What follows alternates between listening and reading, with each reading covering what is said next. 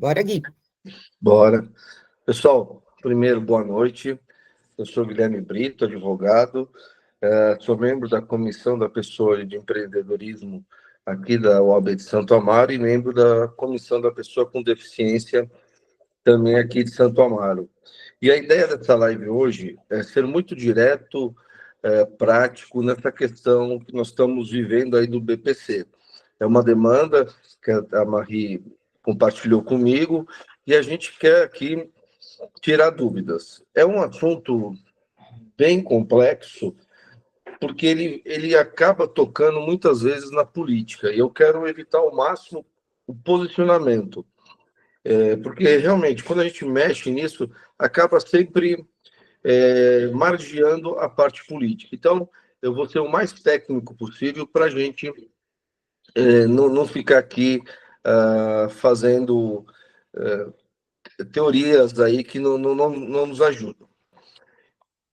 Eu quero começar explicando que o BPC, o benefício da prestação continuada, ele é oriundo, ele nasceu na Lei LOAS, Lei Orgânica de Assistência Social, lá em 1993.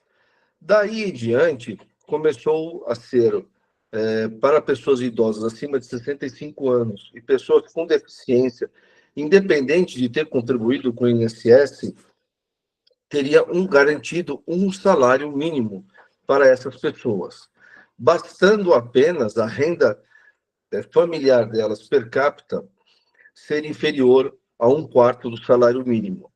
Então, nós estamos falando de um benefício hoje de R$ 1.518, que dá para muito pouco. Eu acho que, para a realidade de todo mundo aqui, a gente sabe que ninguém vai ficar milionário com isso. Apenas vai poder, muitos dos casos, se alimentar. Mas é um avanço que até a nossa própria Constituição pedia isso.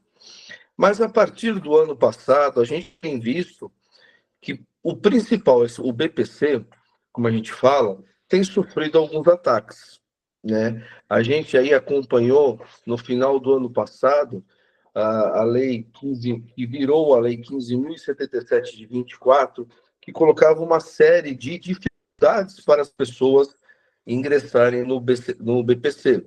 Depois teve alguns acordos, esses acordos aliviaram de certa forma. Porém, agora, isso voltou, parece que com mais força. Por quê? Nós tivemos o decreto 12.534. O que traz esse decreto? Ele traz a questão de nós termos aí, por exemplo, antigamente o BPC poderia ser acumulado com, exemplo, Bolsa Família. Através desse decreto, não mais vai poder acumular o Bolsa Família, o que já gera uma preocupação, porque você vai ter um ou outro. O que eu quero até antecipar, presume-se que hoje no Brasil, quem recebe o BPC está fraudando o INSS. E não é isso. Todo mundo quer que quem realmente precisa e merece receba o BPC. Isso é fato. Agora a gente imagina uma família que recebia o BPC, mais aí R$ 300 de Bolsa Família. Para essa família é muito importante. Pode ser que para o governo R$ 300 ou para a pessoa que construiu esse decreto não seja nada, mas para essa família é importante. Então esse decreto trouxe aí um primeiro fato, essa figura de tirar o Bolsa Família, né? Então quem recebe vai ter de optar ou por um ou por outro. Além disso, na sequência, veio a portaria 33, conjunto com o INSS, que traz obrigatoriamente o recadastramento de todo mundo que recebe o BPC. Não de só as pessoas que estão sendo comunicadas, como de todo mundo. E esse recadastramento, ele presume uma perícia médica e uma avaliação social, né? Até aí, para descobrir quem está fraudando, mas ela exige de todo mundo, ela não faz distinção de quem. ou nem vai procurar quem ela acha que está fraudando. Ela quer de todo mundo. E se a pessoa não participar desse recadastramento, sendo convocado, vai perder automaticamente o BPC. Então, isso é muito preocupante. E o que trouxe mais preocupação ainda sobre isso foi que, recentemente, eu não sei se vocês acompanharam, o governo trouxe uma medida provisória 1296, dando bonificações aos peritos em caso de acelerarem a sua produtividade. Acelerar a produtividade, muitas vezes a gente fala em provocar erros, né? Em provocar cortes significativos.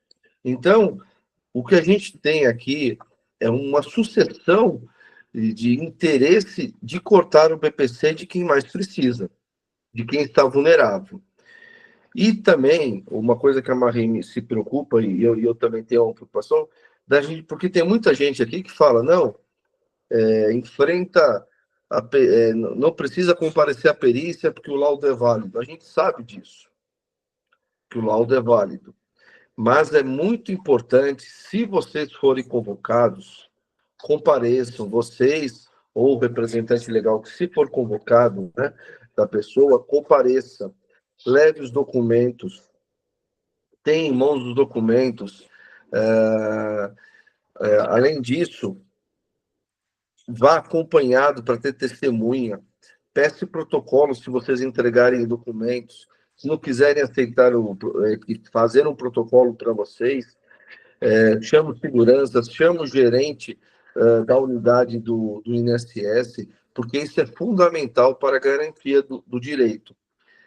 Se forem e gravem aquele momento do atendimento, porque isso tudo é prova de que vocês cumpriram as exigências.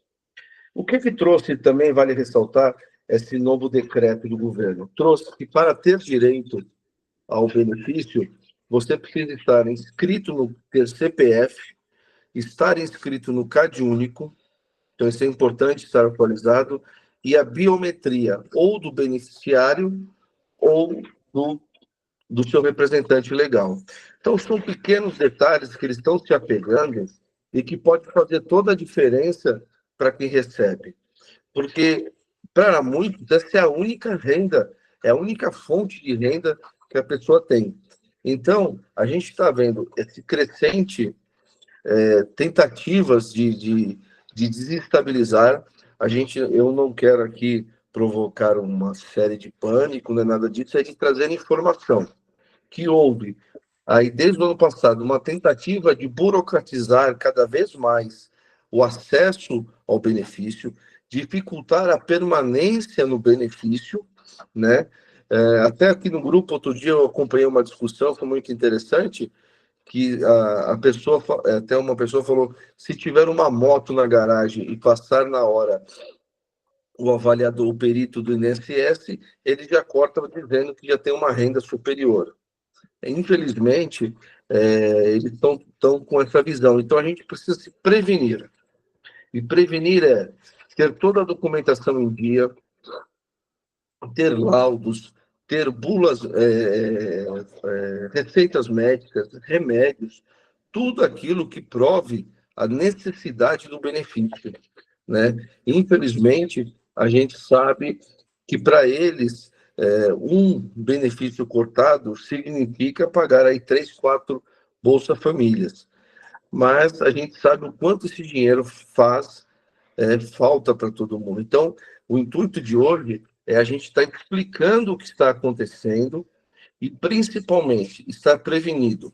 Ligar no 135, entrar no meu Gov constantemente para ver como é que está o benefício.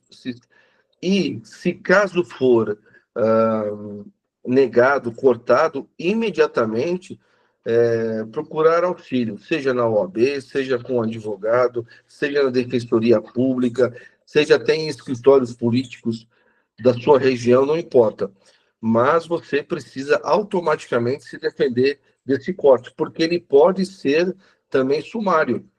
Quando ele fala que não vai querer ali quem recebe um benefício como o BPC junto com o Bolsa Família, ele pode, o sistema, excluir o BPC, ou até os dois.